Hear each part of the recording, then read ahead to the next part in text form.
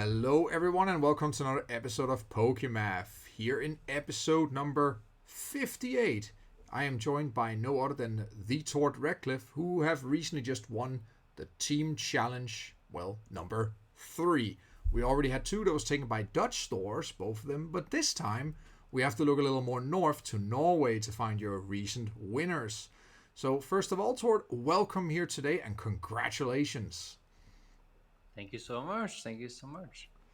I really appreciate that you take the time to be here with me today and just answer a few questions about your victory and also a few questions regarding what you think about this whole team challenge format, because it's no doubt different than a regular tournament, correct? I mean, for sure, for sure. It's very different. We could, yeah. We'll get to it. Yeah.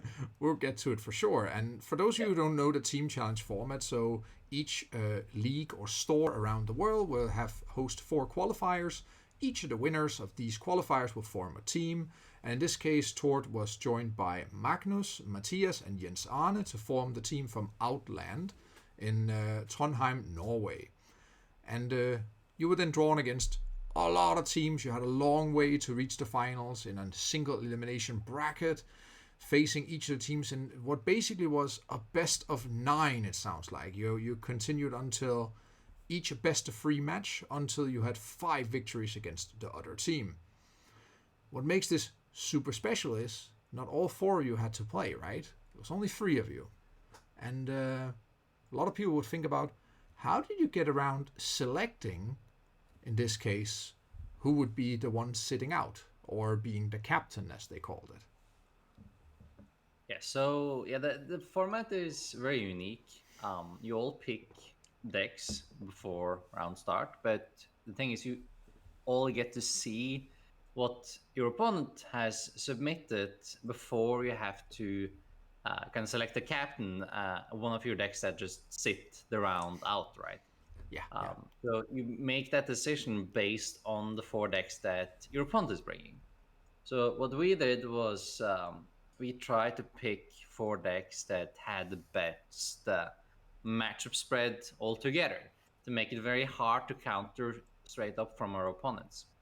Funnily enough, you don't have to actually overthink that. So we went for like some of the most popular decks in format, because it's a reason these decks are so popular, because they are pretty hard to counter altogether. So we picked Mew, Arceus, and Palkia as like our pillars of decks. And this is for the concerning the finals, right? Or in general for that format, right? Like through the whole tournament, Oh, basically. We, cool, we cool. picked these 3 decks through the whole thing. That was on Nice. purpose. Um, because these 3 decks are really really hard to counter altogether, and that's why going into any given tournament, right? It's so hard to win and like have like this super meta counter, because these 3 decks are so distinct, so different, um, that they can basically cover anything, and especially if you tech them differently as well. That's just what makes them so strong. So we picked these 3 decks essentially through the whole thing, but we changed them up a little bit as we went through the tournament. Um, but yeah, in short, when you see your opponent's decks, then you have to make a decision on which deck you don't want to bring.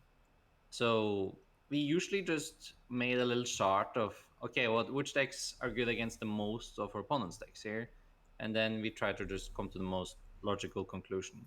Sometimes we went a little bit deeper and we're like, okay, worst case, they just don't bring this one, right? Um, like this deck, and then we have better matchups with this. So um, we sometimes try to mind game and think, okay, if they bring this deck, then uh, it's very unlikely they will actually get a lot of wins with it. So then we can do a very poor matchup with this other deck. But in most cases, you can just make things very simple and make a little chart and say, okay, this deck loses to 3 of their decks, so maybe we shouldn't bring this one. This one does wins 3 of them, so we should always bring this one. And just trying to figure out like which decks are strongest against them. And It, that knowledge comes from just experience and having played the game a lot. Yeah, because a lot of people who wants to overanalyze this, perhaps, and a person like myself probably would do. You have this whole concept of like, what do I think my opponent's gonna think about what I'm, and then the cycle Hmm. just goes around, and at some point you have to kind of stop and say, okay, this is the most logical point of view we can go for, which kind of leads to running up to the finals. How much time did you guys spend on preparing for the finals, or in this case, top four and finals, because they're played right after each other, if I was not mistaken.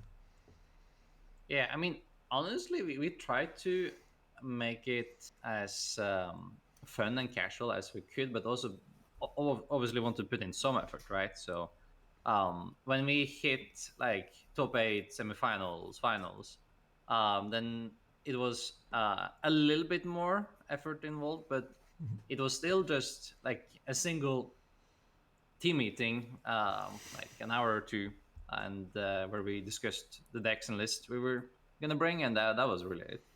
Um, Especially like before the semifinals and the finals, there was not a lot of time in between because they were long. They were really excruciating weekend. Um, so we played for like 9 or 10 hours straight on Saturday, and that was pretty intense. Whew. Then we will have to wake up early to do the same thing again the day after, and we could technically change decks. So we just did like minor changes and tried to look at what our opponents had played lately, and see if we would want to change anything up. So we did some small tech choices, but that was really it. That must have been, yeah, really really draining and taxing on you as also as players, and in this particular case, and it took a long time, and it probably took a little less time in the earlier rounds, because I also know that in top four and finals you had to play them basically one game at a time, which is why it took so long, right? Yeah, exactly. Throughout the whole tournament, it's a best of nine, right? Yeah, yeah, But you usually have all your matches played at the same time, like throughout the tournament. That's a normal way to do it. yeah, You're technically allowed to play one-on-one of match, but course. it's then suddenly you're committing like every single full weekday. That's a way bigger time commitment than just doing a couple hours each week. Um, Certainly, I think that certainly. would be too much for most people. But yeah, the very end of the team challenge was played one-on-one match at a time, which obviously then it takes three times as long instead of playing three matches at the same time. And speaking of more general about the team challenge, like, so what do you find the best aspect about the team challenge? I mean, it's cool to actually feel like you are on a team playing the game, though, because this game is usually a lot of solo effort, right? You always just yourself going into a tournament alone, right? Even though Yeah, you could technically have people you prepared with to the event and everything, you are very much on your own when you play. In the team challenge, though, you're not even alone when you play. You're all kind of sitting there together and discussing plays and everything. Even throughout the early rounds, if you finish your match early, or even if you're not finished, you can still spectate and discuss a little bit if your opponent or like if your teammates are having a hard decision. If you're having a hard decision, if you need someone to discuss with, then they are there, right? So that's really cool. that's so Um, nice. Yeah. so just getting a second opinion sometimes can be like invaluable, right? Ever been in a tournament, right? And you just wish you had a cheat button, like a call a friend button, what I do in this situation, and there you actually have. So, Yeah, that's true. uh, And if you would do it at a normal event, you probably would get disqualified for coaching, right? So, I mean, obviously, of course, yeah, but it's a cool aspect. It's a little bit different way of playing the game than normal. And then you obviously also have the other factors where you playing open deck lists, so that adds another layer of information as well. Um, and the whole uh, aspect of being able to pick a layout of decks that each can counter what you're weak to against, right? So sometimes you might just bring a deck that um, isn't the best, but is really good to counter what your other decks are weak against, right? Yeah, it makes perfect sense. Yeah. And now, so I don't know if you already started because I noticed that stores are already allowed to run qualifiers for number 4, and yeah, it may be early to look forward, but are you gonna try again? Yeah, I mean, we will try again. Yeah, my store have started up. We had one qualifier so far. I didn't attend that one, but I'm hoping to attend and qualify for one of the future events they will hold. So they held one. It's 3 left. So I'll try to join one of those and see if I can get in and play the team challenge for. How many options do you actually have in Norway? Because I know you can do up to 3 different stores, right, within a country. Yes, exactly. It's a good question. I haven't actually checked up too hard about it yet, but I think there should be at least 3 in Norway. So I could do 3 if I wanted to, but I would love if I could do the same store again, of course. Yeah, of course. It's really cool now when you're done one with the store that you can repeat the effort here for a team challenge 4. That would be super cool. Yeah, exactly. I got the one final question here for you, Tord. And suppose anyone out there listening to this or watching this would like to say, hey, I want to give this team challenge a go. Do you have any piece of advice for these players? Main piece of advice would be definitely go for it. It's super cool, super fun, and you can make friends in that way as well because you will spend quite a bit of time together with them over the course of the weeks, depending on how far you go as well, Yeah, of of course, course. right?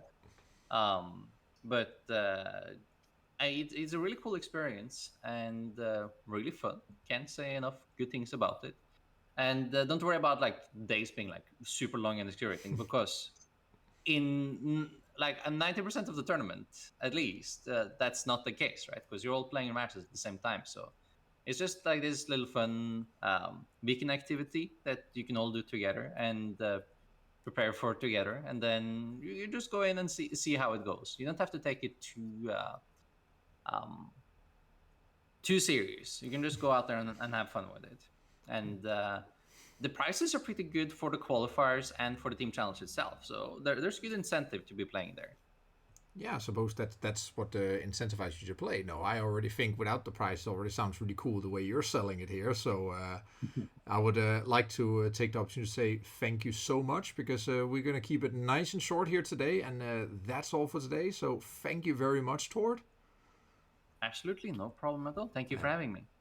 Anytime, I hope to see you back in the future sometime here on Stefan's classroom for, well, another class. And thanks again, Tord, and have a great day. Thank you. You too.